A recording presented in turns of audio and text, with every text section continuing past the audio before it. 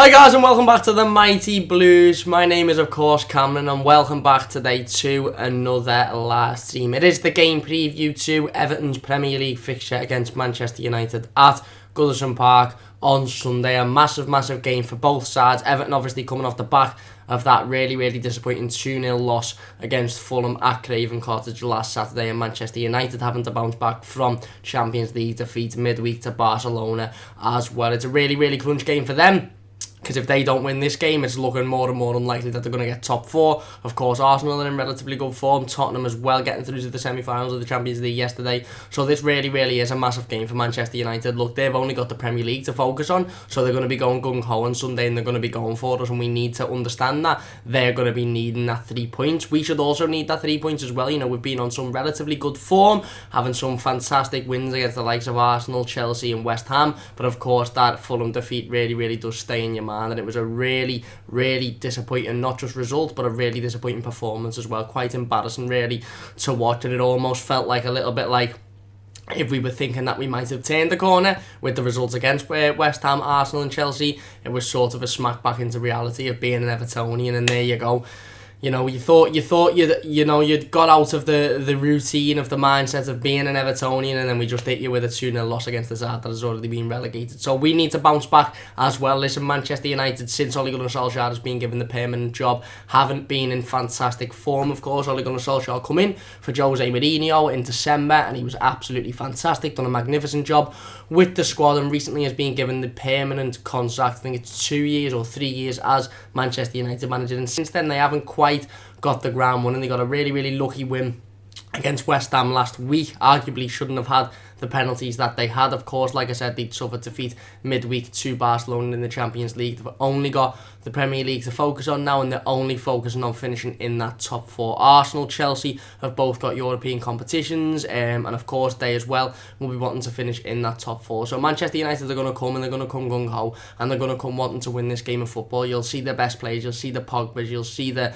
David De Gea's, you'll see them all, because they need to come to Goodison Park and get 3 points. But we equally need to get 3 points. We need to bounce back from what was an absolutely embarrassing defeat last Saturday. We need to bounce back, and we need to try and get the 3 points against Manchester United. Listen, we were all sitting here, I think, quietly confident a couple of weeks ago. We were sitting here thinking, you know what, if we play like we did against, Arsenal, if we play like we did against Chelsea, we'll beat Manchester United, because they're not in fantastic form at the minute. They're struggling, and certainly away from home as well, so we can beat Manchester United. But then of course we got smacked back into reality by the Fulham defeat, and now we're sitting here going, okay, maybe we need to look at it a little bit more logically and realise that it is a tough game. And Manchester United, let's be honest, are a really good footballing side. They mightn't be the Manchester United of 10 years ago with Sir Alex Ferguson, but they're certainly still a very good footballing side with some players that can certainly hit you on their day as well. They know they need to come and get the 3 points. They've got no other distractions. All that they need to focus on now is finishing in the top four, so they're playing Champions League football next season. But Europa League for us is very much still in touch and distance. Listen,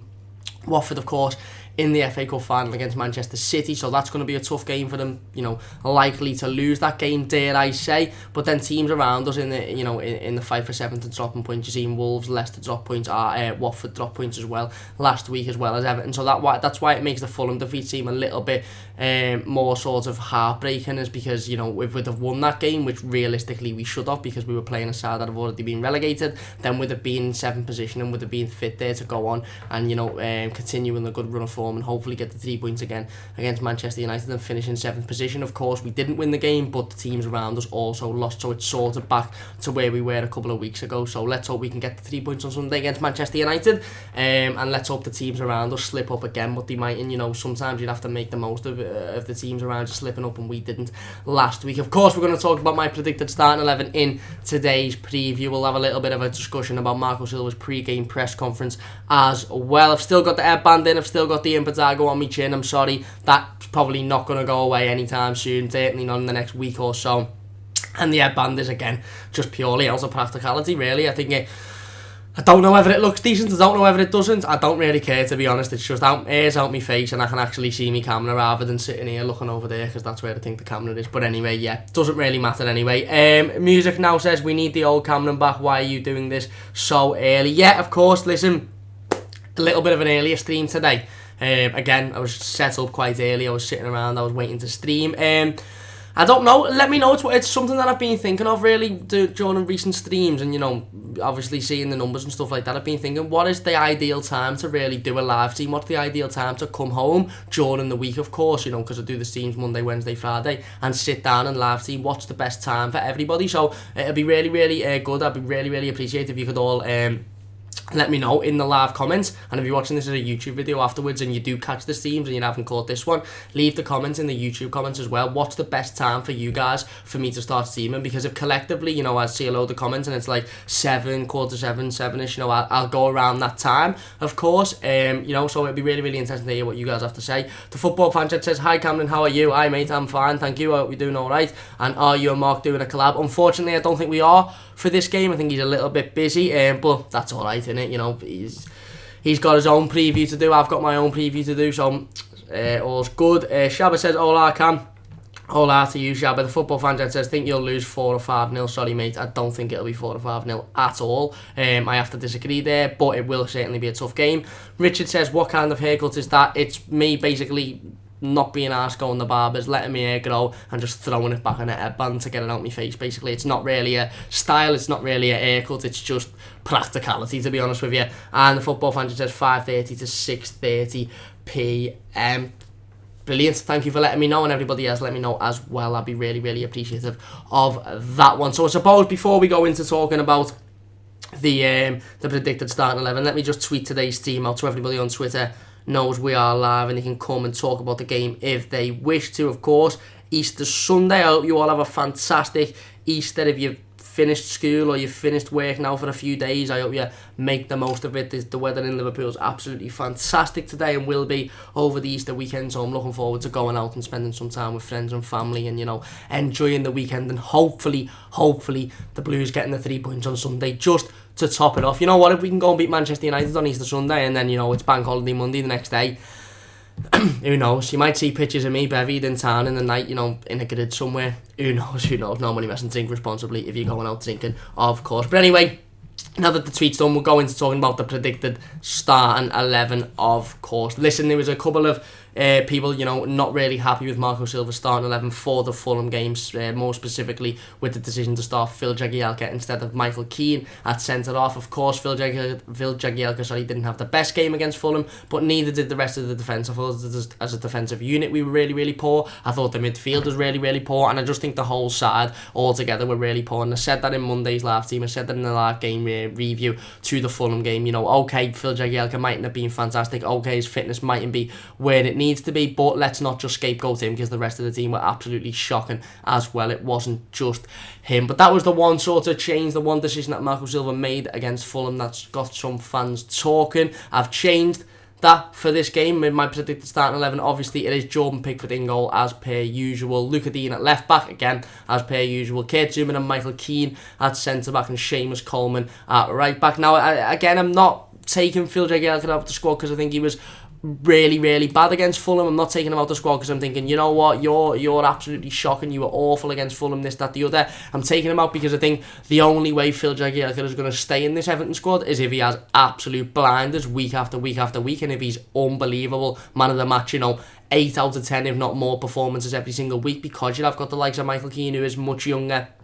and who is going to be the Everton centre-half for the foreseeable future, so he should be playing every single week. And then, of course, you've got the likes of Kurt Zouma, who is, physically a lot better, and then Yerry Mina as well when he comes back from his injury. So Phil Jagielka to stay in this squad would have to perform 8 out of 10, like I said, if not more, every single week. He didn't perform 8 out of 10 against Fulham, and he wasn't the only one that didn't. The rest of the team was shocking as well, so, you might think, well, surely some of the other players have to come out as well, but for me, it's just unlucky for Jags. Listen, I love Phil Jagielka, he's an Everton legend. His goal against Arsenal and his performance against Arsenal were absolutely fantastic, but at the end of the day, there's players that play in that position that are more beneficial and are better to play in that position and are fitter, a lot younger, and have got a lot more to offer us, and Michael Keane is definitely one of them. Obviously was only taken out of the squad due to an illness, not because he was performing poorly, so for me, Michael Keane deserves to come back in for this game. It's a massive game, playing a team that, like I said, are fighting for the top 4, realistically really need this 3 points, so it's important that you've got your best players and your fittest players on the pitch pitch, and for me, Michael Keane and Kurt Zouma are those two at centre-half. Like I said, Seamus Coleman at right-back wasn't fantastic against Fulham either. For me, I had quite a poor game, if I'm being perfectly honest, but like I said, he's our best option at right-back. John Joe Kenny, for me, he's just not cutting it. He really isn't cutting it. I like the kid.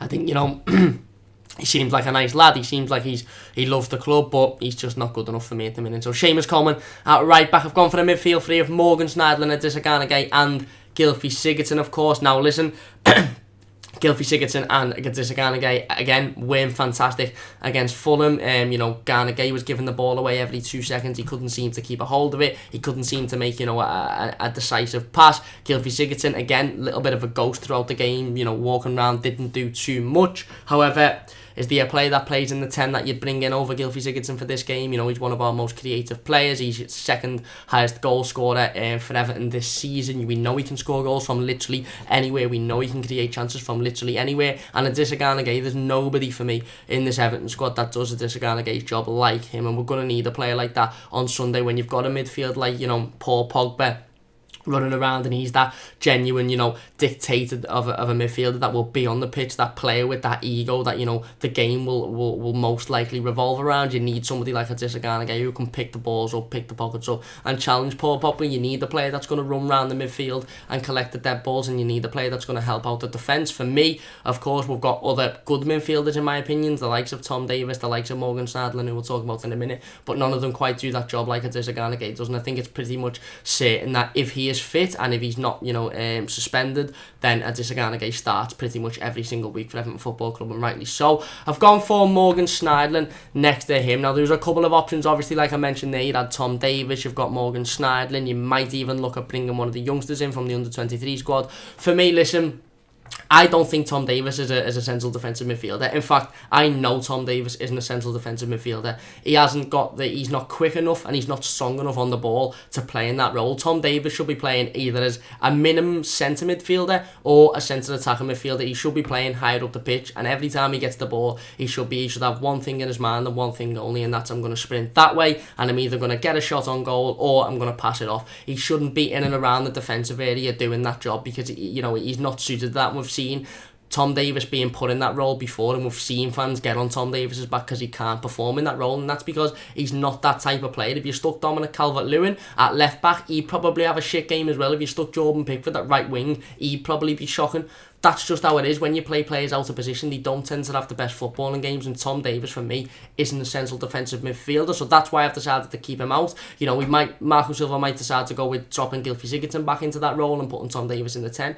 Who knows? But for me, Morgan Schneiderlin, he hasn't played much this season, of course. A lot of fans getting on his back towards the start of the season. A lot of fans saying we should have sold him, he shouldn't be in this squad. Obviously, he had a brief spell a couple of months ago, come into the team and had some really, really good performances. Had a couple of fantastic performances. Again, a little bit like the Jagielka situation, fell victim of the fact that, Andre Gomez returned back to the squad, and it was just a case of, well, Andre Gomez offers us a little bit more. He's a little bit more of a technically gifted footballer. He's a little bit better than Morgan Schneiderlin, so he automatically comes in.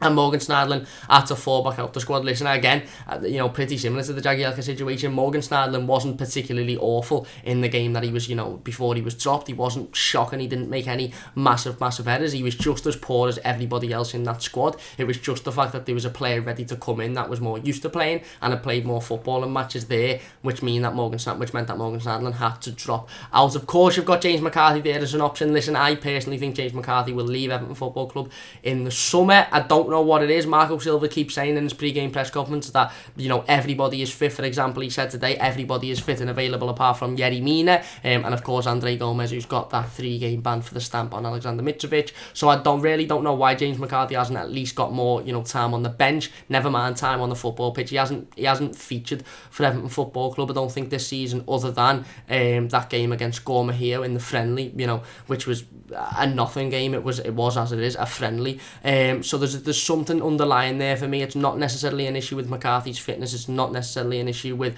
the fact that he's not available to play. I think it's either an attitude problem or the fact that Marco Silva sees him insane and just doesn't think he's good enough. Morgan Schneiderlin was obviously preferred to James McCarthy in that period of time when Andre Gomez was out. So I think it makes the most sense for Morgan Schneiderlin to come back in, and that might upset a few fans. If you're watching this live or as a YouTube video, let me know what you think on the central midfield position. Who would you bring in for Andre Gomez, who obviously is out due to his 3-game game plan? Would you bring Tom Davis in and just stick him in CDM and tell him to do a job? Or would you bring Morgan Schneiderlin in, or maybe James McCarthy? Let me know your thoughts in the comments section down below. Obviously, easy one for me for the front three. They all remain the same. Bernard on the left, Richarlison on the right, Dominic Calvert-Lewin up front. They were all pretty poor against Fulham, but like I said, you can't really take much from that because the rest of the team was poor. I've been thinking about it all day, and I've been thinking about the team, and I've been thinking about, listen, you know, I've used that genuine, you don't change a winning team before, and now that we've been beaten, is there any changes that, you know, Marco Silva may look to realistically make? I think Bernard and Richarlison just offer you far too much defensively, and especially coming up against a team like Manchester United, who, you know, are going to be constantly attacking for the entire game. They've got some really, really good attacking players.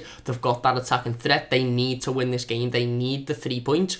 We need players like Richarlison and Bernard on the wing who are going to come back, who are going to help the left back, who are going to help the right back. If you stick Walcott on there, you know you're not going to get any defensive effort from him. And if you stick Lookman on there, you know, as much as Lookman hasn't offered much going forward either, you're not going to get any defensive work from him as well. So for me, Bernard and Richarlison stay on the wings. They're given the jobs as to, you know, get behind the Manchester United defence, do as much as you possibly can, but also make sure you perform exactly like you did against Arsenal. I want a mirror image of a performance from Richarlison and Bernard on Sunday as to the one against Arsenal. You're performing, you're breaking forward, you're trying to create every single opportunity that you can, but also you're out, you're back helping Luka Dean, you're back helping Seamus Coleman as well.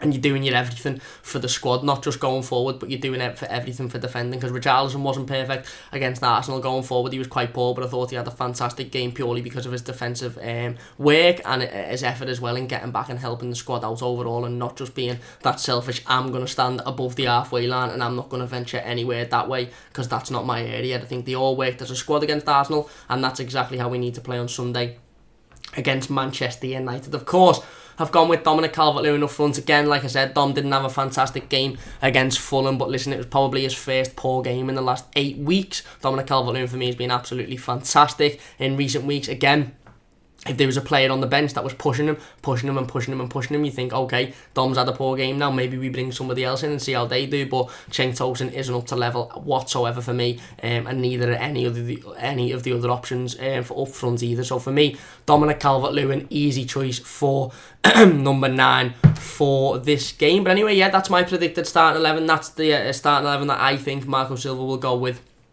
on Sunday. Let me know your thoughts in the live comments if you're watching this as a live stream. If you're watching this as a YouTube video, leave your thoughts in the regular comments. I'll be commenting back to them all night. It'll be really, really good to hear what your predicted starting 11s are and who you think should play in that front three and in the central midfield as well, next to Adissa, Garner, Gay. Let's dive into the live comments now and see what people are saying.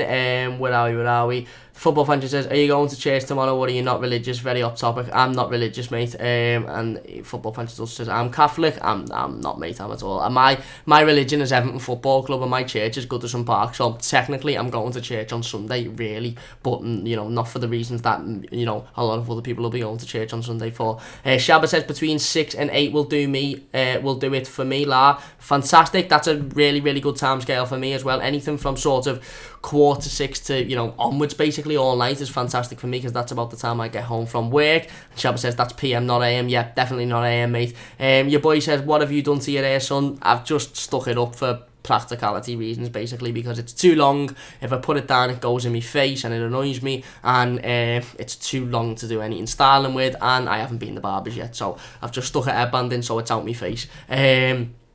That guy says Gomez will be a big miss. Of course he will be. He's absolutely fantastic midfielder. The lad oozes class. He brings so much quality to our midfield, both on the ball, well, I was going to say both on the ball and off the ball, but mainly on the ball. He's a little bit lazy off the ball. That'll be my one criticism of him. But yeah, like I said, when Gomez gets the ball, he's so calm. He's so collected on it. He doesn't panic. He knows that he can take his time, and, you know, he's very, very...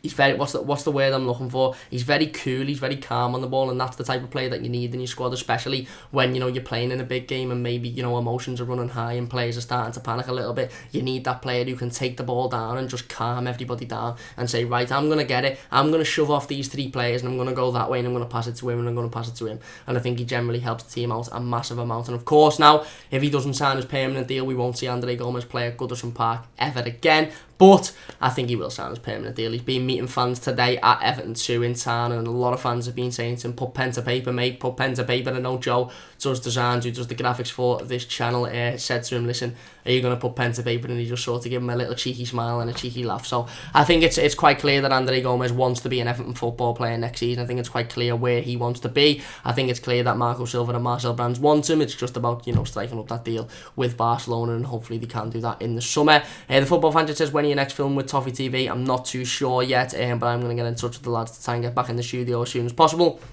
Football Fan says, who do you want to sign in the summer? I want to sign whoever Marcel Brands wants to sign. If Marcel Brands give me a list of players and there were 6 names on it, I don't care if I've never heard of any of them before, I want to sign them, because for me, I've got my total trust and total faith in Marcel Brands, and it's now his job to, to not make me lose that trust and to not make any Evertonian lose that trust. Let's keep that trust, and it's time for him to earn his money now in the summer. And like I said, I don't want to pick names out the squad, because I generally think, you could pick names like we did, like, oh, let's go Gylfi Sigurdsson, Yannick Bolasie, and these players mightn't, Davy Klaassen, and these players mightn't necessarily fit into the squad. So if Marcel Brands has got a list of 5 or 6 players that we haven't really heard of, but are absolutely fantastic enough, fit straight into our squad and improve our squad, then that's who I want to sign. Football Fan says, what do you think realistically would come to Everton from, who do you think realistically would come to Everton from United's current squad? I don't really know, to be honest, but I'm not that interested in United's current squad. I don't think they've got a fantastic squad whatsoever. Their attackers, Lukaku, I wouldn't have him back purely because of his attitude, and I don't think he's done it to a level where you'd go, okay, yes, you come back. I know we're desperate for the 20-30 goal season striker, and I know that's pretty contradictory, but Lukaku hasn't lit the world on fire since he's been there. Neither has Sanchez.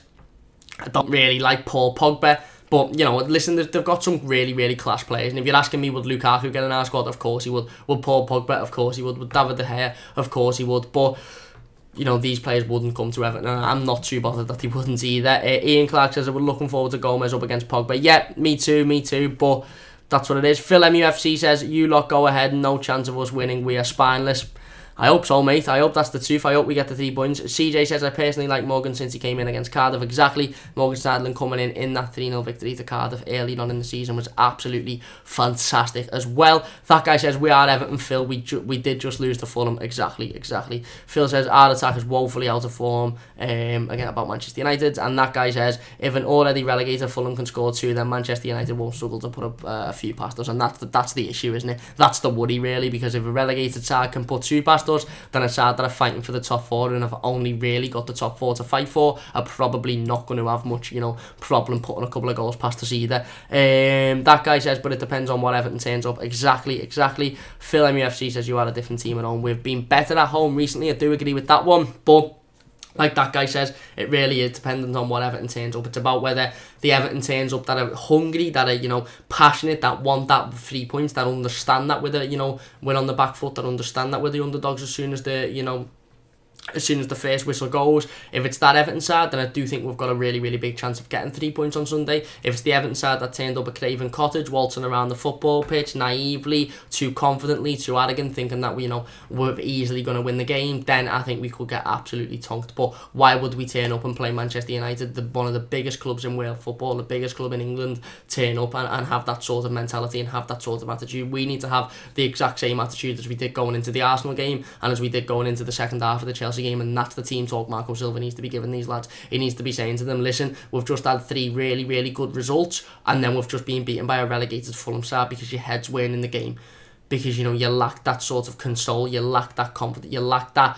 ability to just get your head down and win the game of football, and you let the fact that Fulham are relegated and they're not that good get to you, and that's what lost us the game, and the fact that you were all pretty shit as well. So let's go out there and let's perform like we did against Arsenal, let's perform like we did against Chelsea, and let's go out and prove that, listen, we can beat the top 6 sides and we're more than capable of being in the mix with those sides, but we need to also do it against the poorer teams as well. And if we're going to forget about the Fulham results, if we're going to forget about the Fulham game, we need a massive, massive performance against Manchester United, and hopefully a massive 3 points as well. Football Fan says, thoughts on Arsenal Fan TV or AFTV? I don't really watch it, to be honest with you, mate.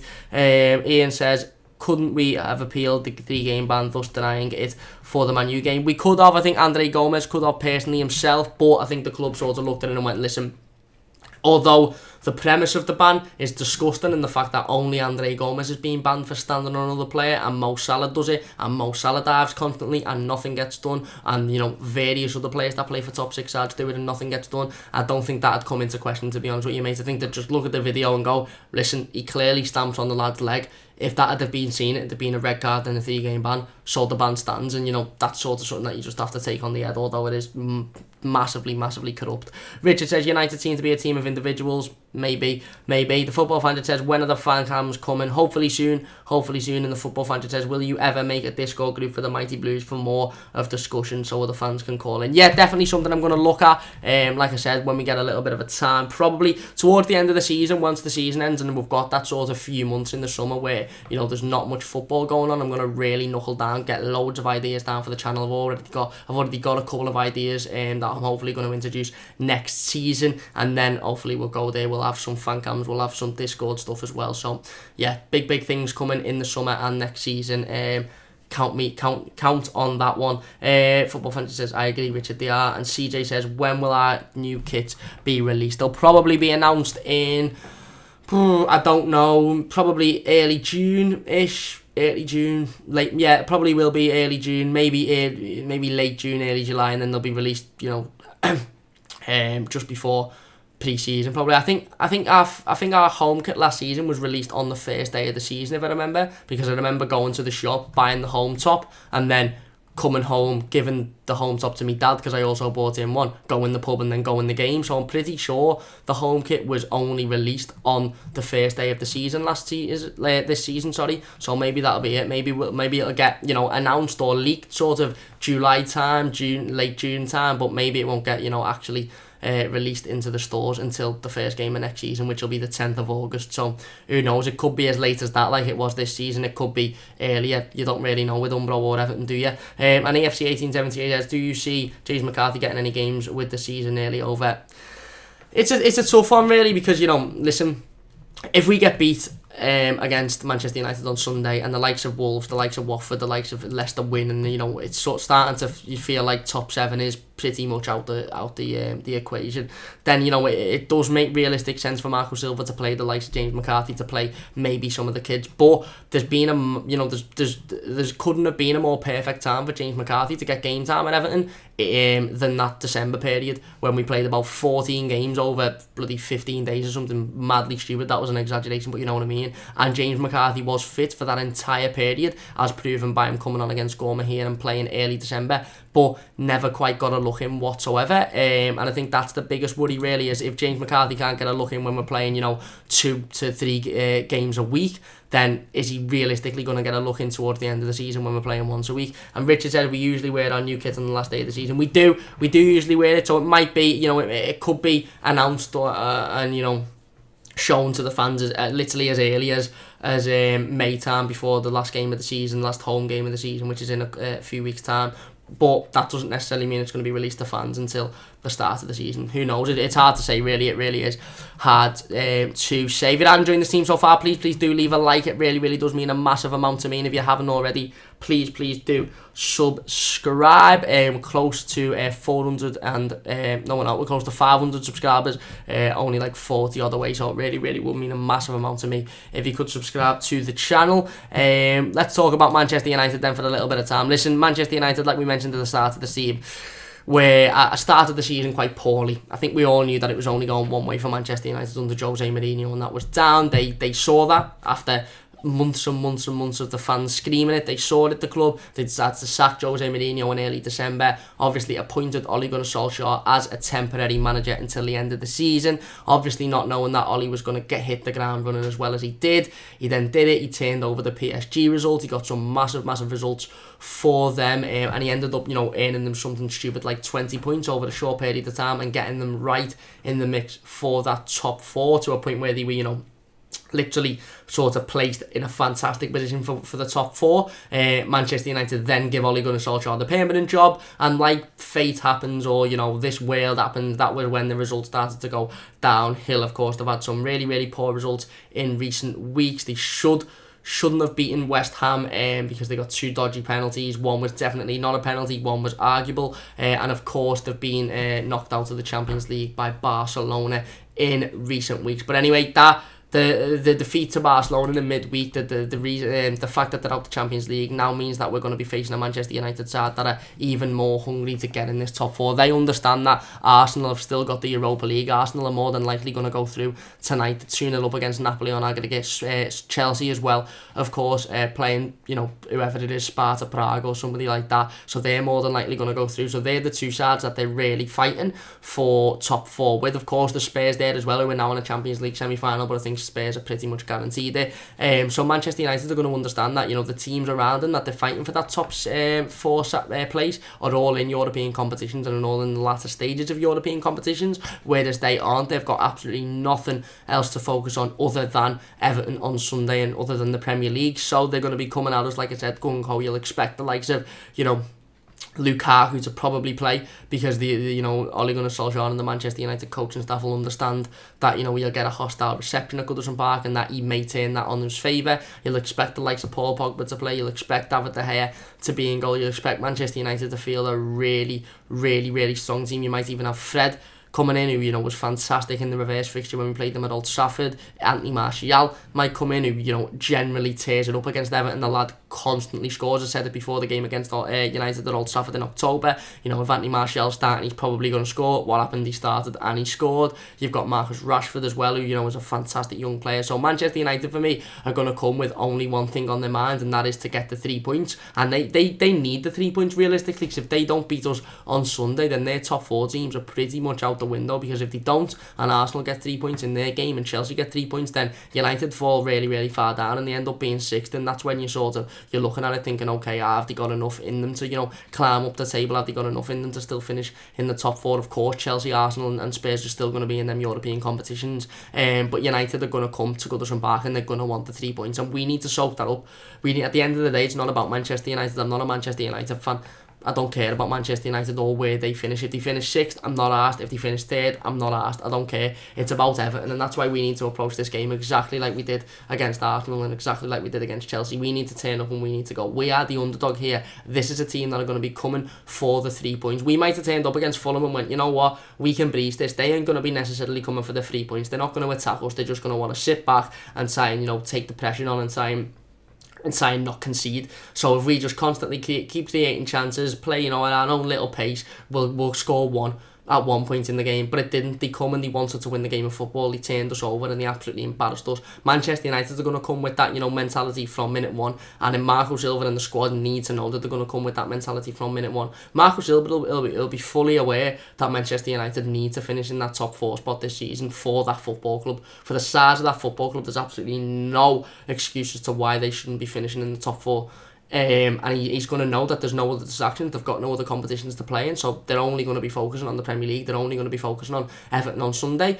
And he needs to approach that game exactly like we did with the Arsenal game. He needs to go into this game and go, listen, we need to pressure them. We need to pressure them high up the pitch. We need to be making sure we're creating opportunities. We're hitting them on the break with pace, with power, and we're all doing our defensive duties as well. Bernard, Richarlison, Dominic Calvert-Lewin, you're coming back and you're helping players out. Schneidlin, you're in there. Andre Gomez is going to come back in a couple of games' time. If you sign him on a permanent, you're unlikely to get much more game time. So do exactly what you did against Cardiff and prove yourself. Prove why you should be in and around this squad. And if you don't want to be at Everton Football Club, prove why you deserve another move to a Premier League club. Gay, you need to be on your ball today. None of this giving the ball away every time you get it, like you did against Fulham. We need a performance like Arsenal where you swept up everything and you were fantastic on the ball. Sigurdsson, be creative. Every time you get it, I want to see you going forward. I want to see you involved in the game, and if you're not directly on the ball, I want to see you chasing the ball down constantly. I said this in the game review to the Fulham game. You can understand Everton performances and you can understand Marco Silva's tactics by watching Gylfi Sigurdsson in a game of football, because Gylfi Sigurdsson will either start the game and be constantly chasing players down, constantly running after the ball, running his arse off, and that's when Marco said chase the ball, press high, make sure that you're hitting them on the counter with pace and power, but defend properly. Or he'll waltz around thinking that he owns the pitch, or walking around thinking about what he's having for tea, and that's when we're too naive and we're being too arrogant. So let's hope we see Gylfi if he's sitting absolutely running the socks off as well as the other lads on Sunday. Let's hope we see Bernard sacking back like he did against Arsenal and helping Luca Dean out. Let's see Luca Dean getting forward and helping Bernard out. It's a two-way relationship. It works both ways. And let's hope for the same on the right-hand side as well with Richarlison and Seamus Coleman. One thing for sure is we know we can beat Manchester United. I know we had the Fulham defeat, and I know a lot of us are sitting here going, oh, back down to earth as Evertonians, you know. We get 3 fantastic results and then we get beat to a really poor Fulham side, so we're probably more than likely going to get beat on Sunday, but that's not the case. Listen, we could get beat, we could get turned over on Sunday realistically, because Manchester United are a really, really good side with some really, really good players, but on the other hand, we could turn Manchester United over as well, exactly like we turned Arsenal over, and exactly like we turned Chelsea over, and exactly like we turned West Ham over as well. We could do that. And if we wouldn't have had such a poor performance and such a poor result against Fulham, we'd have all been sitting there after them 3 games going, we'll beat Manchester United at Goodison Park. And in fact, I was sitting here saying, play like that and we'll beat Manchester United at Goodison Park.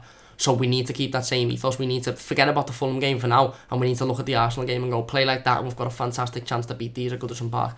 And let's hope Marco Silva thinks the exact same, and let's hope that's the team talk that he's given to the players on Sunday. Let's go into the live comments now before we end the stream. Where are we? CJ says, it was said on Sky that Everton need the 7th place more than Wolves, Watford and Leicester. Wolves don't, as they've just been promoted. Leicester got a new manager and Watford in the FA Cup final. Exactly, and if Watford win the FA Cup, they get Europa League football anyway, and 7th place doesn't matter. But if Watford don't win the FA Cup, of course, it's still a massive achievement to be in the final. With Wolves, you're right, they've literally just been promoted, so, you know, anything is a bonus for them at the minute in and around there, and Leicester, yeah, again, not used to being in the Europa League anyway, so we really do need it, but we can't be, you know, we need to believe we need it, and we need to show that we need it, because on Saturday against Fulham, we really didn't show that we needed it. We actually showed that we were the opposite. We weren't asked about it and we didn't really want it. So we need to go out and perform against Manchester United, showing that we need that. CJ says, what do you think about what they said? Yeah, you know, I don't really tend to listen too much to Sky. I think they chat a load of shit, to be honest. I think they're massively biased, I think they're massively corrupt, and I think they just chat a load of shit, as does BT, as does ITV, BBC, all them sort of stuff. I think it's just a load of shit. But I can see where they're coming from. Listen, realistically, basically what they're saying is, oh, Everton needs 7th, Marco Silva needs 7th. Well, realistically, we've only just got a new manager, haven't we? We're in the first season of a new manager. Just because we haven't replaced him during the season doesn't mean that he's not a new manager. It's his first season. We were predicted at the start of the season to finish 7th. So if we do finish 7th, we've hit the predictions of 99% of the fan base, as well as all of the pundits on Sky Sports. So if we can do that, having had such a awful period of football in, you know, late December, early January, then, you know, we're going forward, aren't we, realistically? But we need to focus on Manchester United on Sunday and getting the 3 points there. But anyway, that's going to do it for today's stream.